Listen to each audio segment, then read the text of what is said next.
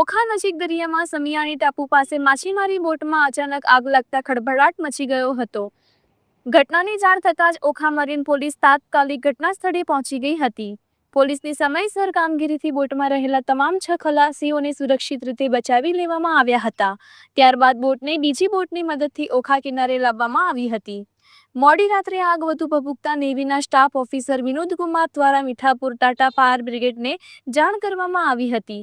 ઓખા મીઠાપુર અને navy fire બ્રિગેડની તનતોડ મહેનત બાદ સવારે લગભગ 10 વાગે આગ પર કાબૂ મેળવવામાં આવ્યો હતો। કસવા નામની બોટ સંપૂર્ણપણે સળગી ખાક થઈ ગઈ છે અને અંદાજે 65 લાખ રૂપિયાનું નુકસાન થયું હોવાનું જાણવા મળ્યું છે। રિપોર્ટર હોથીબા સુમણિયા, ઓખા। જય હિન્દ।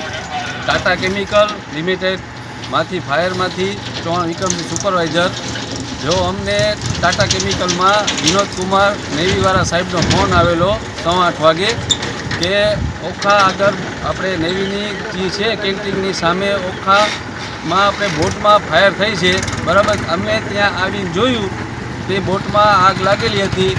એ પ્રમાણે અમે હોઝ વ્હીલ વડે અમે કલાક 1.5 કલાકથી આગ ઓલવવાની ટ્રાય કરીએ છીએ અને ફાયર વધારે છે તેમાં અને મટીરિયલ વધારે છે। એમાં આપણે પ્લાસ્ટિકનું મટીરિયલ વધારે હોવાથી આગ ઉપર કાબૂ નથી મેળવી શકતા, પણ ટ્રાય ચાલુ જ છે।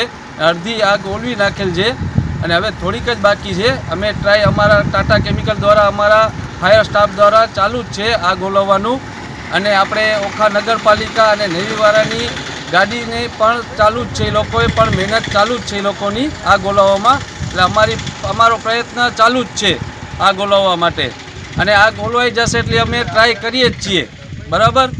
ઓકે, થેન્ક યુ, જય હિન્દ। પરિચય આપશો? બોટનું નામ કસવા રિઝવાન હનીફભાઈ પટેલ, માંગરોળ। તો હનીફભાઈ, તમારે આ બોટની અંદર માલ હતું કાંઈ મચ્છીનું કે આ જે બરફ હોય તે ડીઝલ અથવા માણસો ટંડેલ સહિત કેટલા ખલાસી હતા ને કેટલી નુકસાની થઈ તે વિશે જણાવશો? અમારી બોટ ફિશિંગમાં જતી હતી કાલે,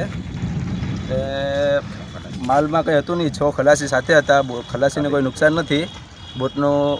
ખલાસીનો બચાવ થઈ ગયો। બોટમાં 60-65 લાખનું નુકસાન થઈ ગયું। 60 થી 65 લાખનું નુકસાન થઈ હા, ગયું। 60. એમાં મચ્છી કે એવું કાંઈ હતું? કંઈ નહીં, બરફ ડીઝલ જ હતું, ફિશિંગમાં નીકળતી હતી।